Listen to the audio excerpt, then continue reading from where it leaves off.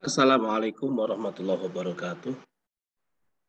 Alhamdulillahirrabbilalamin. Wassalatu wassalamu ala sayyidil anbiya wal mursalin.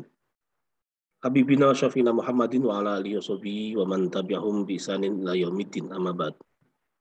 Iwani fidin rahmatullahi alaikum, peserta kuliah etika bisnis yang berbahagia. Mari kita mulai kuliah ini dengan membaca basmalah bersama-sama. Bismillahirrahmanirrahim. Pada pertemuan keempat kita akan membahas hakikat amal perbuatan manusia dalam bisnis. Baik, kita lanjutkan.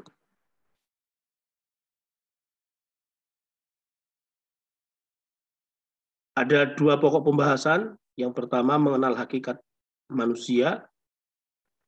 Kemudian yang kedua hakikat perbuatan manusia.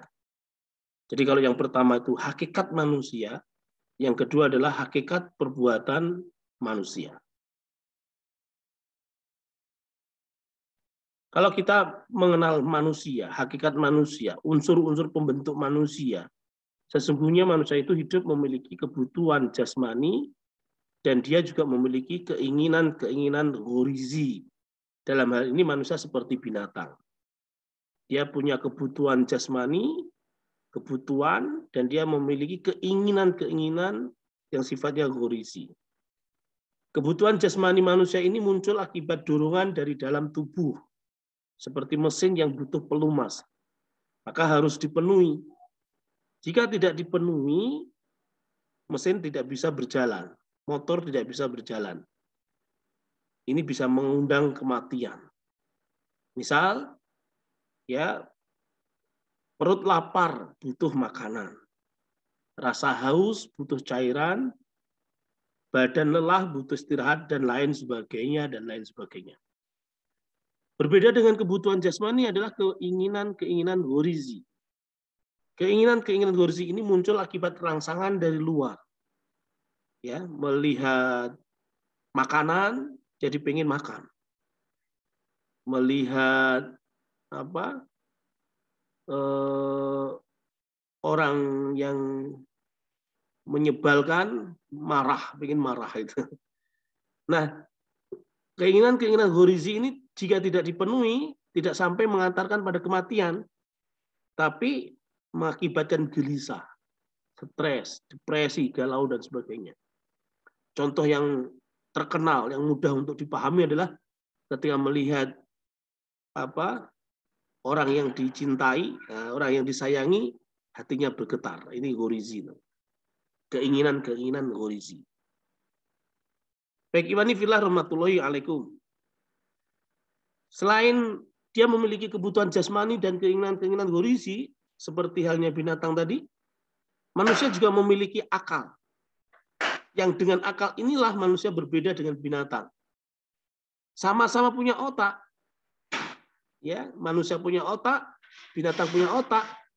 Tapi otak manusia bisa digunakan untuk menyimpan memori, untuk menyimpan ilmu pengetahuan yang ini tidak bisa dimiliki oleh otak binatang.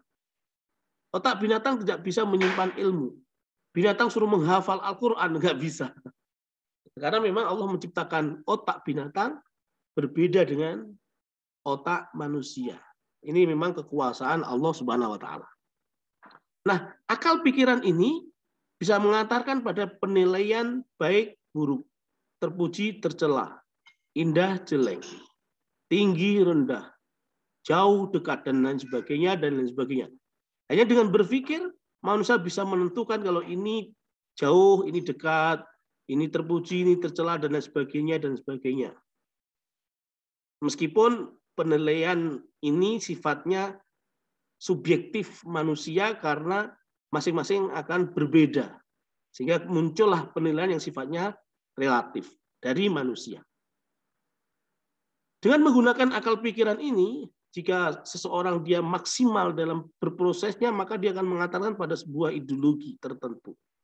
Apakah sekularisme, sosialisme, atau Islam. Nah, pencermatan akal secara cemerlang bisa mengantarkan pada kesimpulan bahwa segala sesuatu yang dia indera, berupa manusia, alam semesta, dan kehidupan ini, bebatuan, sungai mengalir, pohon-pohon, dan macam-macam yang ada di alam semesta ini, semuanya ini pasti ada sang penciptanya, yaitu Allah Subhanahu wa Ta'ala.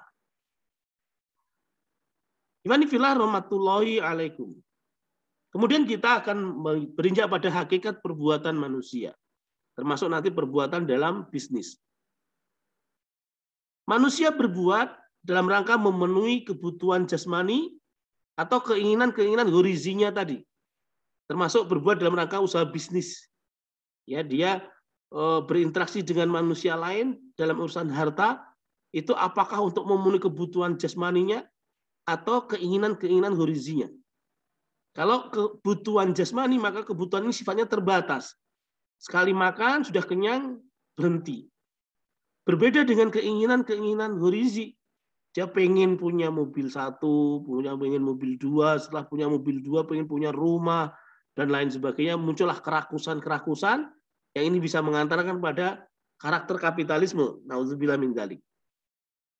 Intinya, ketika dia berbuat, itu sebetulnya didorong oleh kebutuhan jasmani yang berangkat dari kesadaran terdalam manusia, kebutuhan fisik manusia, atau dorongan rangsangan dari luar, keinginan-keinginan horizinya. Itu. Akal manusia yang terbatas tadi, yang bisa menilai baik buruk, terpuji, tercela, indah, jelek juga terbatas, yang relatif tadi, maka kemudian keterbatasan ini jika dibiarkan liar, bisa mengundang konflik sesama manusia. Karena kerakusan untuk menguasai suatu aset. Atau persaingan bisnis yang tidak mau kalah oleh perusahaan lain misalnya. Nah, karena itulah, agar tidak terjadi konflik, manusia butuh aturan dan panduan bisnis dari Sang Maha Kuasa, yaitu dari Allah Subhanahu wa Ta'ala. Imani fillah rahmatullahi alaikum. Karena itulah kita perlu mengetahui motivasi perbuatan manusia.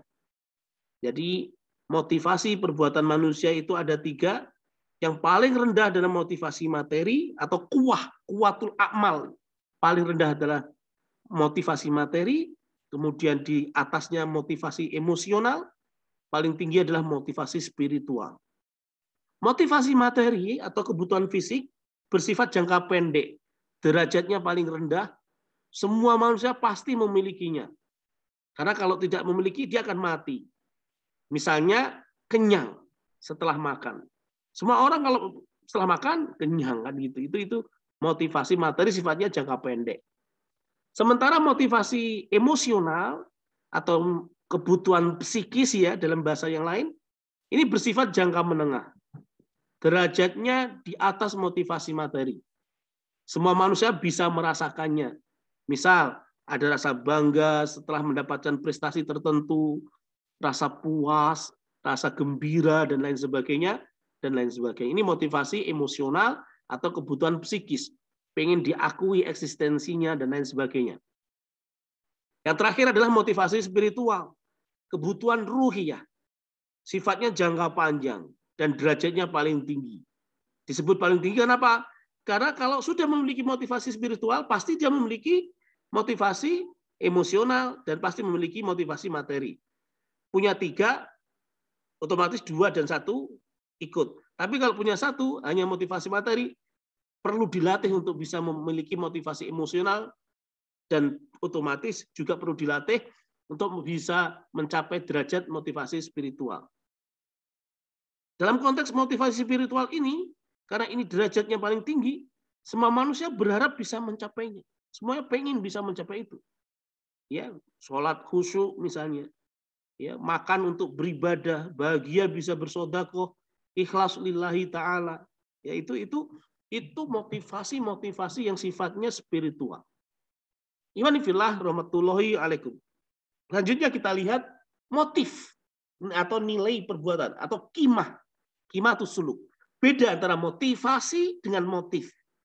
Ya, kalau motif ini sifatnya netral, dia tidak berderajat, dia realitas semata.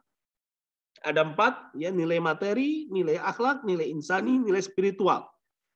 motif atau nilai atau qimah ini merupakan realitas ya.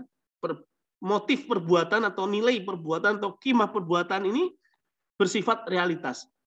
Semua manusia pasti memiliki, bisa merasakan dan mampu mengelolanya. Contoh, misalnya bentuk nilai materi adalah semua jenis perbuatan yang masuk kategori kerja atau bisnis atau dagang atau produksi. Ya, motifnya adalah motif keuntungan, motif materi. Bekerja itu yang memang untuk mendapatkan gaji. Jual beli itu memang untuk mendapatkan keuntungan. Sifatnya materi. Contoh bentuk nilai akhlak misalnya disiplin, konsisten, komitmen, jujur, amanah, dan lain-lain. Yang tidak ada hubungan dengan materi. Karena ini sifatnya akhlak. Qimahnya qimah khuluqiyah. Kemudian yang sifatnya qimah insani adalah contoh tolong-menolong, gotong royong, kerja bakti, dan lain-lain. Adapun contoh bentuk nilai spiritual, realitas ya, ibadah mahdhah, atau ritual tertentu yang dilakukan oleh penganut kepercayaan agama yang lain, misalnya itu motifnya motif ritual atau spiritual ya, motifnya. Apakah berpahala atau tidak? Belum tentu. Kalau tidak diiringi oleh motivasi atau kuah, maka tidak bisa dinilai ini berpahala atau tidak. Contoh kasus misalnya riba, mengapa menjadi haram? Karena berubahnya qimah. Riba itu kan hampir sama dengan jual beli ya. Kalau jual beli jelas qimahnya itu materi. Jual beli itu qimahnya materi. Orang menjual pengen mendapatkan untung, pengen mendapatkan laba dari hasil jual belinya itu. Tapi kalau riba, ini bukan jual beli. Ini bukan qimah materi, ini qimahnya qimah insaniyah. Tolong menolong. Kok kemudian dipatok dengan keuntungan? Maka menjadi madiyah, berubah qimah. Makanya kemudian jadi haram. Dengan istilah lain, nulung tapi mentung, kalau orang Jawa bilang begitu. Itu. Nah, iwani filah rahmatullahi alaikum. Kita lanjutkan. Sifat bisnis muslim sebagai individu yang matang dalam memahami nilai qimah atau motif perbuatannya masing-masing untuk diarahkan pada motivasi yang paling tinggi. Sebagaimana tujuan diciptakannya manusia, yaitu ibadah kepada Allah Subhanahu wa taala. Itu. Apapun perbuatan manusia dalam hal ini muslim, apakah bisnis, apakah bekerja, apakah kuliah, apakah berdoa macam-macam, semua harus diiringi dengan motivasi spiritual. Ya, bekerja motifnya materi. Tapi kalau diniati dengan motivasi spiritual, maka bekerjanya mendapat nilai ibadah. Karena itulah kemudian seorang muslim yang melakukan bisnis, dia memiliki sifat himmah, ya, semangat, berdedikasi, memiliki cita-cita yang kuat. Serta kafa'ah, kemampuan, kompetensi, kapasitas. Memiliki sifat amanah, kepercayaan, dan loyalitas. Serta dalam mengemban solahiyahnya, wewenangnya ketika dia bekerja dalam usaha bisnis bersama dengan orang lain, secara proporsional. Itu yang bisa saya sampaikan. Terima kasih. Wallahu a'lam bishawab. Assalamualaikum warahmatullahi wabarakatuh.